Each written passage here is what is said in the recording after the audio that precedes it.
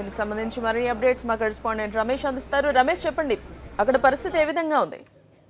గౌతమి, కొద్దిసేపటి క్రితమే రెండో విడత షర్మిల పరామర్శ యాత్ర ప్రారంభమైంది. మొదటగా చెరుకు కృష్ణయ్య గౌడ్ వాళ్ళ కుటుంబాన్ని పరామర్శిస్తున్నారు.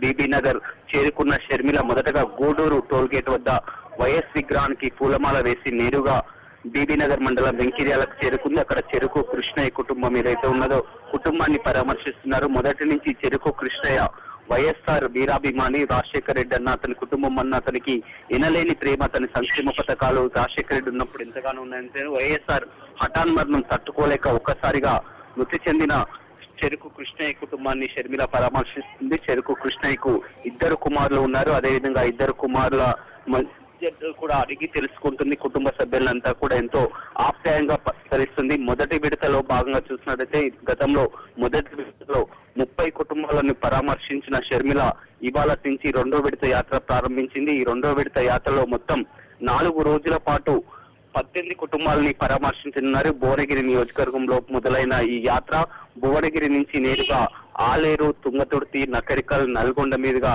మునుగోడు నియోజకవర్గం చేరుకుంటుంది. పెద్ద ఎత్తున ప్రజలు షర్మిలకు ఆత్మీయ స్వాగతం పలకడం జరిగింది. మహిళలు, వృద్ధులు, వితంతువులు పెద్ద ఎత్తున చేరుకొని కూడా రాజన్న తనయ షర్మిలని చూస్తున్నారు. వారి కష్ట సుఖాలు కూడా షర్మిలకు చెప్తున్నారు. దారి పొడవునా కూడా పెద్ద ఎత్తున రైతులు కూడా వచ్చి వారి సమస్యలు కూడా వివరించడం జరిగింది. ప్రస్తుతం వెంకిర్యాలలో చెరుకు కృష్ణయ్య కుటుంబాన్ని పరామర్శిస్తున్నారు. ఆ కుటుంబ సభ్యులు వాళ్ళ కుమారులు అదేవిధంగా పిల్లల్ని కూడా అడిగి తెలుసుకుంటున్నారు. మొత్తం మీద నల్గొండ జిల్లాలో చూసినట్లయితే మొత్తం ఇలా ఈ 4 రోజుల పాటు ఈ యాత్ర కొనసాగిస్తున్నారు. గతంలో ఇక్కడ పాదయాత్ర చేసిన 1000 కిలోమీటర్ల పాదయాత్ర మైలురాయిలు కూడా నల్గొండలోనే ఉంటుంది. మొత్తం జిల్లా అంతా కూడా ఇప్పటికే పూర్తి కావడం జరుగుతుందని చెప్పవచ్చు. మారుమూల పల్లెల ప్రాంతాల్లో కూడా షర్మిల రావడం ఎంతో సంతోషంగా ఉందని కుటుంబ సభ్యులు చెప్తున్నారు. 2 సంవత్సరాలు